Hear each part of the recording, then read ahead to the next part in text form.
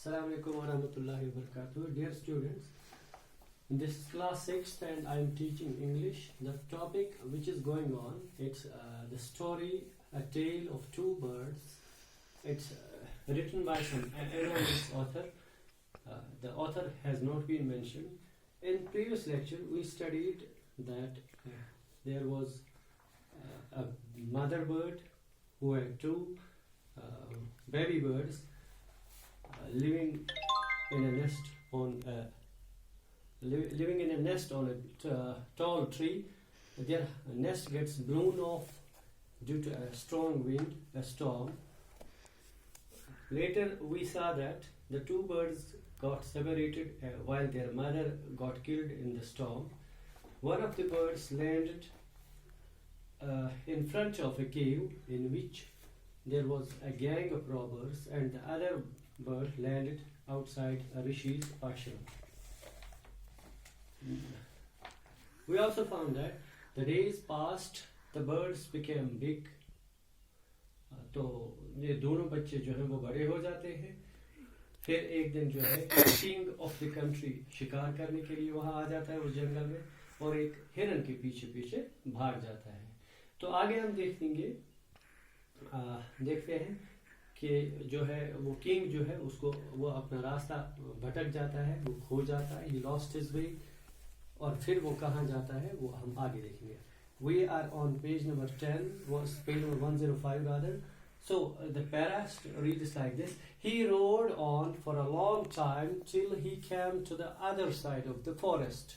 The king, riding a horse, he rode for a long time. वो बादशाह जो है वो सवार होते होते चलता गया जब तक कि वो फॉरेस्ट के दूसरे साइड में पहुंच गया. He was chasing the deer, he lost the way. हिरन का पीछा कर रहा था, वो रास्ता भटक गया और वो घोड़े पे सवार होते होते जंगल की दूसरी तरफ चला गया. Very tired by then, तब तक वो बहुत थका हुआ था. Tired means exhausted और fatigued, थका हुआ. टायर्ड का मतलब है fatigued या थका हुआ. तो अब तक वो बहुत थका हुआ था. He got off his horse and sat down under a tree that stood near a cave. तो वो थका हुआ था. He got off his horse. Got off जो है एक्चुअली ये फ्रेज है get off की सेकंड फॉर्म है ये got off.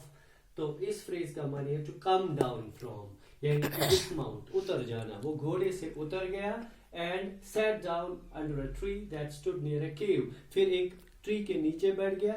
वो ट्री जो है उस गार के, उस गुफा के, इस केव के सामने था.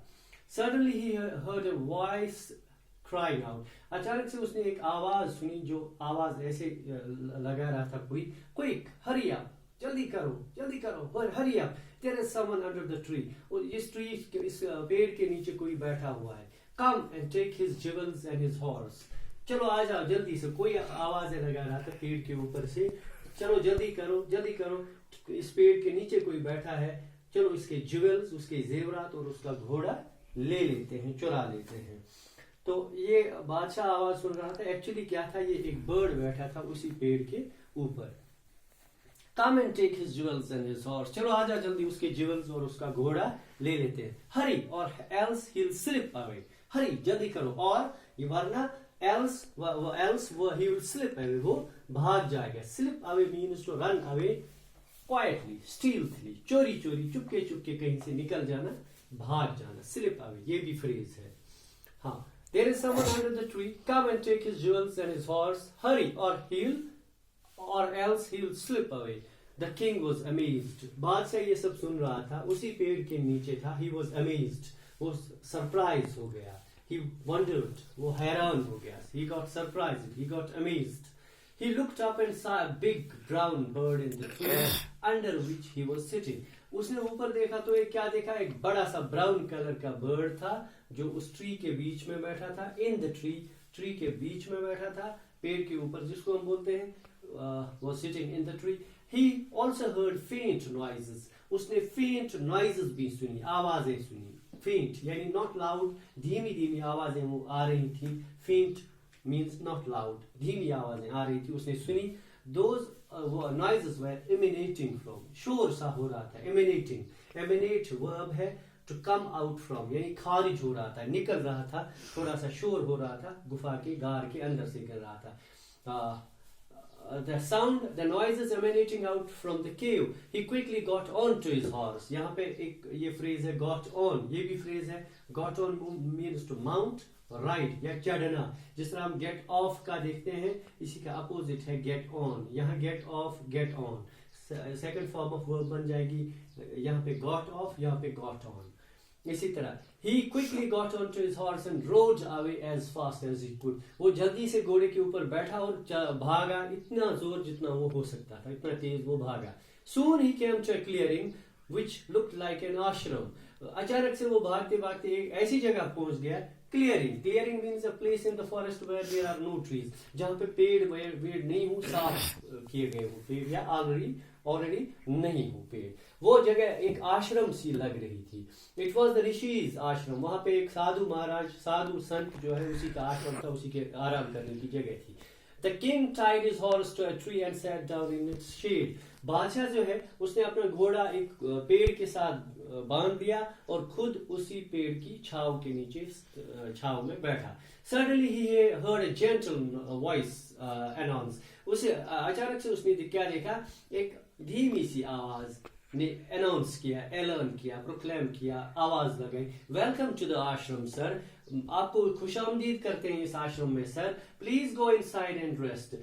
मेहरबानी करके अंदर जाइए और आराम करिए. आश्रम के अंदर जाइए और आश्रम कीजिए. The rishi will be back soon. साधु जी अभी आ जाएंगे, आप अंदर जाइए, आराम करिए. There is some cold water in the pot. अंदर जाइए, अंदर बर्तन में ठंडा पानी है. Please make yourself comfortable. अपने आप को आराम से रखिए, आराम से रहिए, अपना घर समझिए. The king looked up. बादशाह ने ऊपर देखा एंड सा a big brown bird in the tree. और उसने फिर एक बड़ा सा ब्राउन कलर का बर्ड देखा उस ट्री के ऊपर. He was amazed. वो हैरान हो गया. This one looks like the other bird outside the cave. ये तो वही बर्ड लग रहा है, उसी के जैसा बर्ड लग रहा है जो मैंने केव की उस गुफा के बाहर देखा. He said to himself loud. उसने अपने आप से ऊंची आवाज में जोर से कहा, This one looks like the other bird outside the cave. ये तो उसी बर्ड के जैसे दिख रहा है जो मैंने उस गुफा के बाहर देखा. असल में ये क्या था, ये वही दो बर्ड्स थे जो सेपरेट हुए थे. एक उसने जो इस किंग ने कहा देखा था केव के बाहर उस पेड़ पे, जो कह रहा था इसके जेवरात ले लो जल्दी से, इसको घोड़ा ले लो, जेवर इसके चुरा कर ले जाओ. और दूसरा बर्ड ये था जो आश्रम के आगे लैंड हुआ था.